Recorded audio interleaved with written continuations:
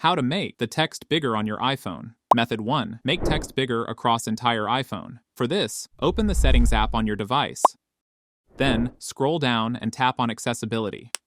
From there, choose Display and Text Size. Tap on Larger Text, then slide the bar to increase the text size.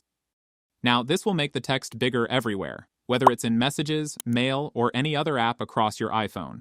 Method 2. Make text bigger in specific apps.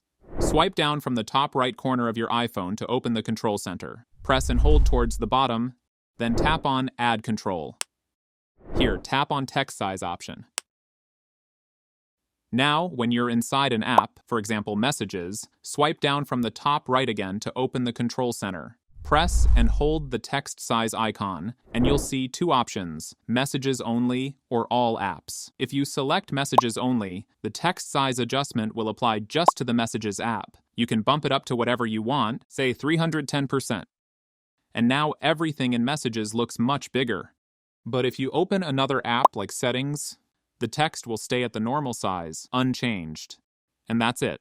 Like and subscribe for more iPhone tips and tricks.